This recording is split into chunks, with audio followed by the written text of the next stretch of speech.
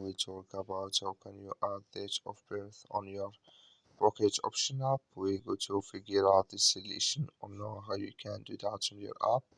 So you just follow these ways, then it's going to work with you. So all you have to do, you just go here above your photo profile, click on it. So then it's going to take you to this list. It's going to show for you like this here. Then all you have to do, you just click here on profile. When you click here on profile, you come to next here. It's going to show for you like this. Then you click here on profile. So when you click here on profile, it's going to take you to next here. So I'm going to skip this here. Add here, you click here on empty. So then here add your birthday here. Then you click in this sign. Then it's going to add with you. That's all you have to do. That's all. Thank you for watching. Don't forget to support us by liking, subscribe.